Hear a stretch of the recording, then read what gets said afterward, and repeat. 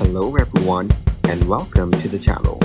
In this video, I will compare YouTube TV USA and Australia. YouTube TV in the USA offers a full-featured live TV streaming service with 100 plus channels, including sports, news, and entertainment networks like ESPN, ABC, CBS, and Fox. It also includes unlimited DVR storage, multiple user profiles, and integration with major streaming devices.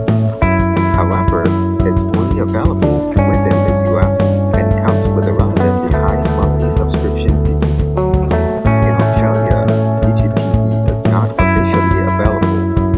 Viewers looking for a similar experience often rely on alternatives like KU Sports for live sports, Binge for entertainment, or Foxtel for a cable-like experience.